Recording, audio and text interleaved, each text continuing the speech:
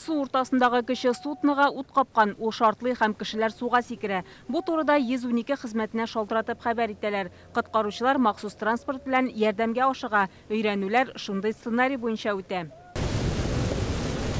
Ике кешенең сәламәтлегенә зыян килгән, аларны моторлы көймә белән катерга алып киләләр. Медицина хезмәткәрләре каршы ала. Катер «Лидер» является многофункциональным катером. Бу «Лидер» дип аталган күп функциялы катер. Анда янгын сөндерү һәм медицина җиһазлары урнаштырылган. Шуңа зыян күргән кешегә урында ук ярдәм күрсәтергә була. Позволяет оказывать незамедлительную помощь. Хәзер суның температурасы бары 12 градус. Шуңа кеше 15 минуттан артык суда булса, туңып үләргә мөмкин диләр. Шул арада якындагы камышларга ут каба, алар яна башлый. Бирегә янгын сүндерүчеләр килә. Өйрәнүләр шундый сценарий буенча дәвам итте.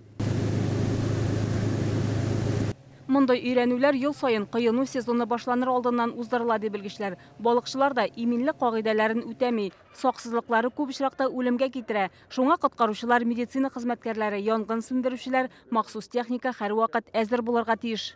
13 человек у нас погибло уже в этом году. Бу ел башыннан 13 кеше суга батып үлде. Узган ел бу вакытта 15 шундый фаҗига теркәлгән иде. Күптән түгел Минзәләдә балыкчылар су астына китте. 5 июньнән балык тотарга ярый башлый. Кешеләр кече суднолар белән сулыкларга чыга башлаячак. Без барысына да әзер булырга тиеш. Вода уже была прогрета. Коткаручылар фаҗига килеп чыккан һәр урынга да барып өлгермәскә мөмкин. Шуңа белгечләр куркынычсызлык кагыйдәләрен истә тотарга киңәш итә.